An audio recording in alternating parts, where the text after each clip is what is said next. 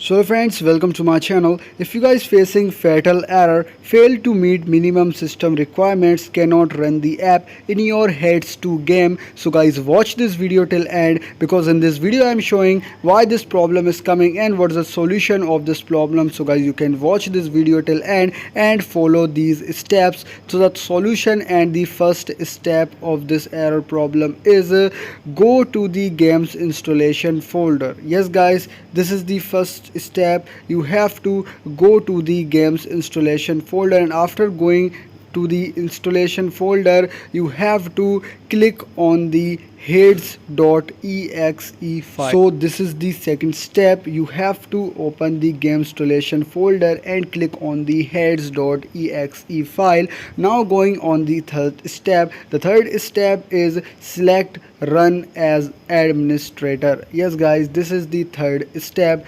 Select run as administrator. Now going on the fourth step, and the fourth step is launch the game. Yes guys, these 4 steps will help you in solving these error problem.